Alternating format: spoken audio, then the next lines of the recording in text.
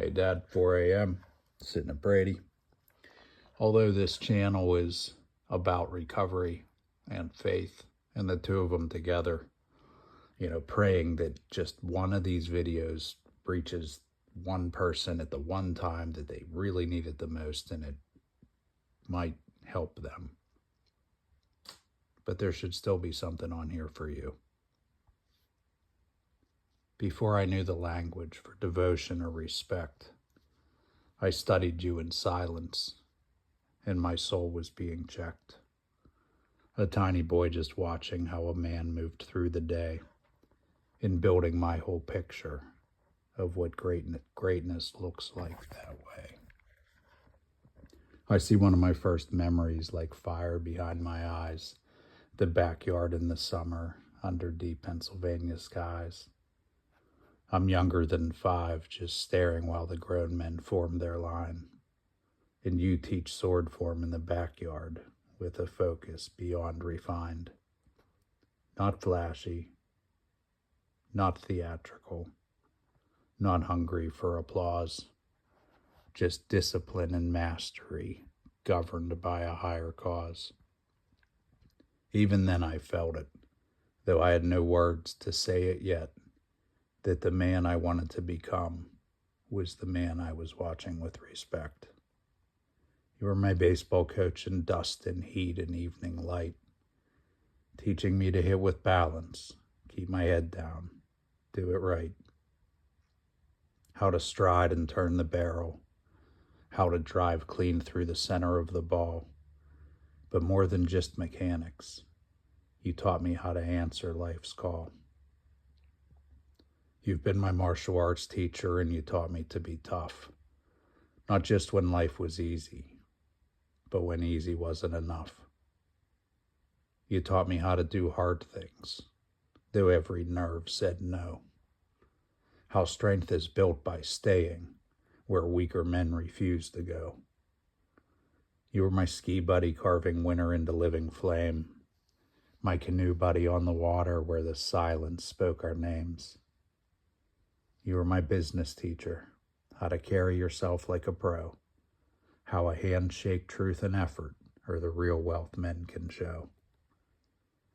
You taught me how to handle business clean and professional, how honesty to a fault is costly, but still exceptional.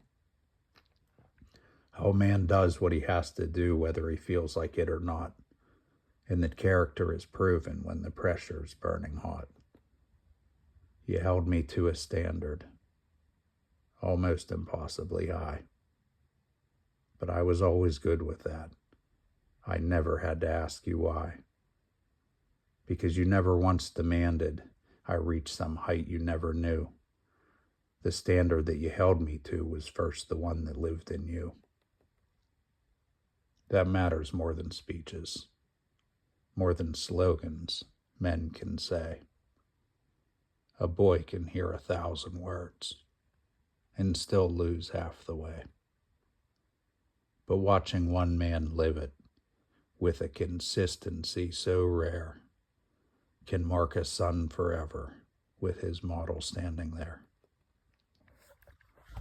You took tremendous care of us through every changing year, as father, husband, coach, and friend, steady, sacrificial, and clear. You carried our whole family with a strength that did not bend, and gave more than most men give long before they reach the end. Then we lost Mom when you both were only 53. And that kind of grief can hollow out a man completely. But you stepped into the wreckage and did all that you could do, trying to be father and mother to 2 college sons trying to pull through.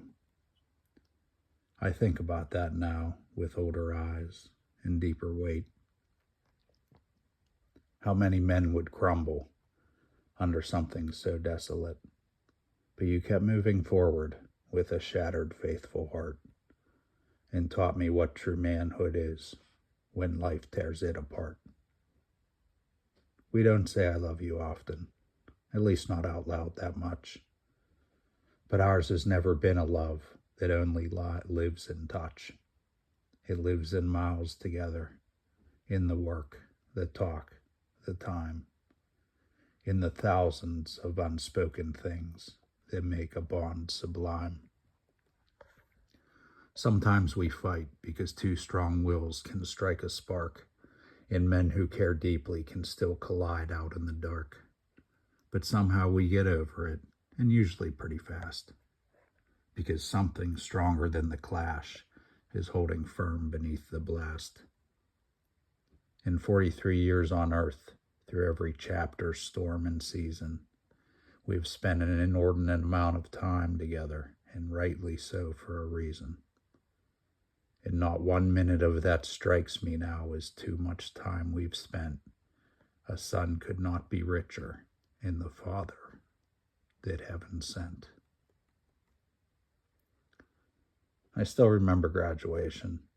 My gift was not something, but 2 weeks on the eastern seaboard with wonder opening. From Pennsylvania up the coast where the ocean met the land, then circling all of Scotia with adventures close at hand. We saw whales rise out of the deep like ancient truths made real, saw seals laid out on stone in the salt and northern chill. We saw moose in solemn timber, saw blue-white icebergs drift, and every mile beside you felt like more than just a gift. It felt like life was teaching me, through every round it rode in view, that the greatest gift a father gives is not a thing, it's you. Your presence, your attention, your willingness to show that love is spelled in time and miles, and places shared together slow. Now you live out there rural, and I know you're alone a lot, widowed over 20 years with your little dog in thought. And I hate that I can't give you all the hours you deserve from me, though you're on my mind each day, literally every day, constantly. So I force as much time into my hectic life as I can make, even if from the outside it may not look like I ache to take. But I need this truth said clearly, plain and ringing through the air. I think about you every day, and my love for you is always there. A lot of people look at their fathers. I know that part is true.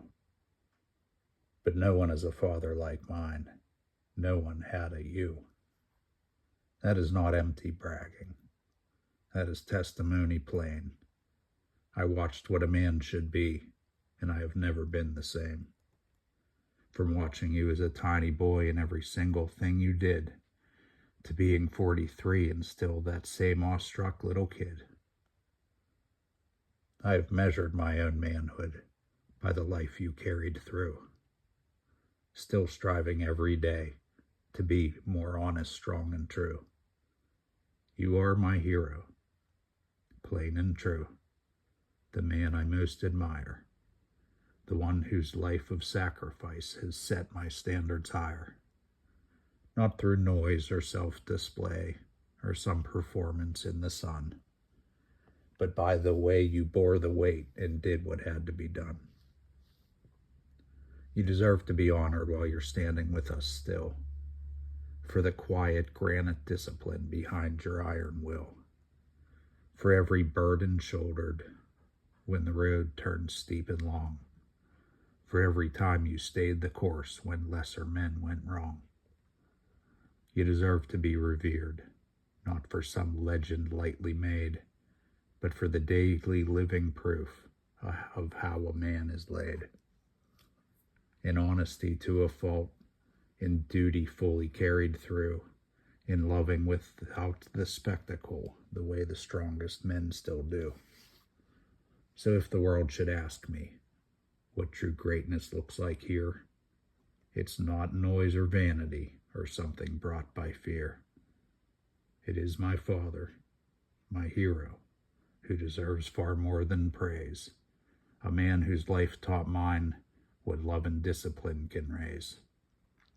and I will spend my years becoming, through all I say and do, a man who makes the world look up the way I looked at you. Because if there is good in me, some steady, noble part, it was forged beside your example and apprenticed by your heart. So here it is said fully, with no distance, haze, or smother.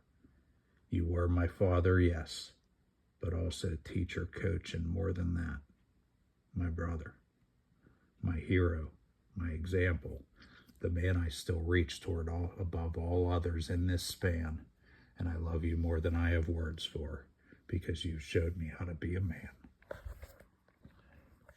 I love you.